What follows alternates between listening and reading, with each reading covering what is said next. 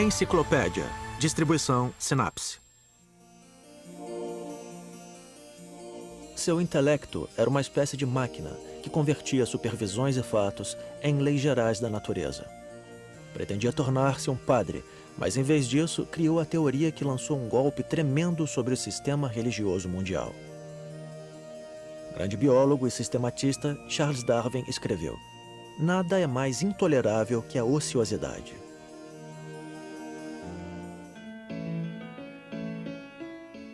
Fundador da teoria da origem das espécies, Charles Darwin nasceu no dia 12 de fevereiro de 1809 na cidade inglesa de Salisbury. Sua mãe pertencia à família dos conhecidos Edgewood, donos da famosa fábrica de porcelana, e morreu quando o menino ainda tinha 8 anos. O avô de Charles, pelo lado paterno, era um doutor conhecido, poeta e naturalista. Seu pai também era um médico conhecido. Depois da morte da esposa, ele dedicou-se a criar o filho, que quando menino era muito medíocre. Uma vez, seu pai chegou a dizer-lhe: "Você não pensa em nada a não ser perseguir cachorros e caçar ratos? Você é a vergonha da nossa família." Seguindo a tradição familiar, o pai de Charles enviou-o para a Universidade de Edimburgo para estudar medicina. Mas depois que o jovem viu cirurgias pesadas feitas sem anestesia, perdeu totalmente o interesse por essa matéria. Charles passou 3 anos na Faculdade de Teologia em Cambridge, mas mesmo assim não conseguiu decidir o que queria fazer. Então, no outono de 1831, Charles foi convidado a tomar parte em uma expedição científica como naturalista. No dia 27 de dezembro de 1831, Charles Darwin deixou a costa da Inglaterra no navio chamado Beagle.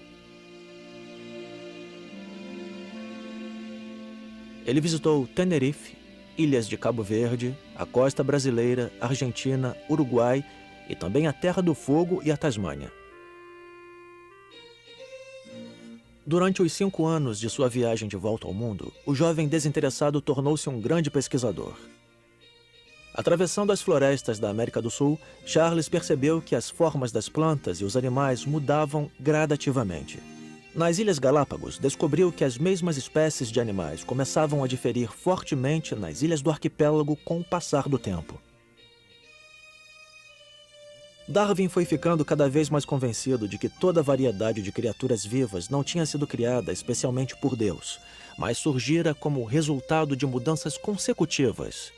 Isso é a evolução. No dia 2 de outubro de 1836, o barco Beagle, no qual Charles Darwin viajava durante 5 anos, voltou para sua costa nativa. Darwin retomou sua residência em Londres e começou a ler trabalhos da Sociedade Geológica, publicando A Viagem Naturalista de Volta ao Mundo a bordo do Beagle. Aos 30 anos, casou-se com a prima Emma, filha do seu tio Wedgwood. Charles escreveu sobre sua esposa: "Ela é minha maior felicidade." Mas a saúde de Darwin, que começou a deteriorar-se, diminuiu o prazer de sua vida em família. Qualquer acontecimento, mesmo menos significativo, causava ansiedade, insônia e dores cardíacas. Para restaurar a saúde e mergulhar inteiramente nas pesquisas, ele decidiu morar em uma pequena propriedade em Down, perto de Londres, e recusou as visitas dos amigos. Isso lhe permitiu dar continuidade ao seu trabalho científico. Surgiram então suas obras sobre geologia, seleção natural e paleontologia. Mas sua ocupação básica era ordenar a enorme quantidade de notas feitas durante sua viagem de volta ao mundo. Esse trabalho titânico durou mais de 20 anos. E só o artigo do jovem cientista Wallace sobre o mesmo tópico animou Darwin a continuar. O temor de perder a prioridade na cobertura do mecanismo da evolução biológica obrigou Darwin a escrever um breve extrato de seu enorme trabalho.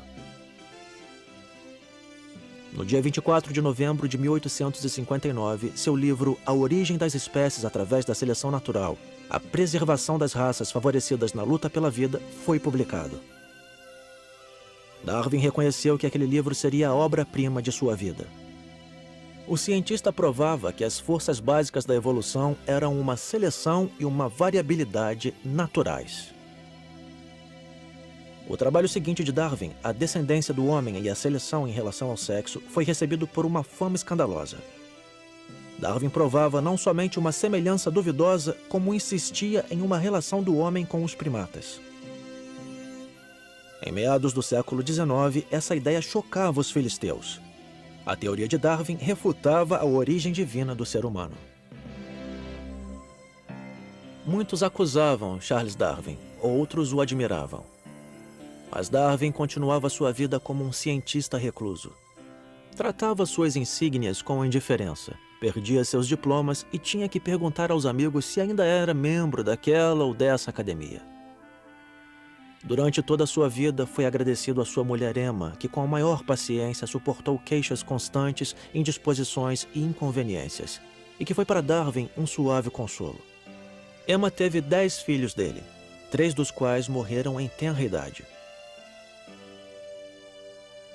Mas a doença foi aos poucos levando as forças do cientista.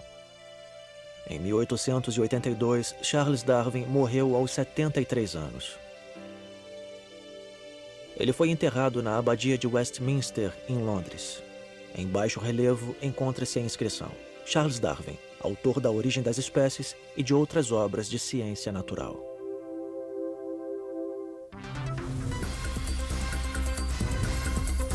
Narrado por Marcelo Garcia.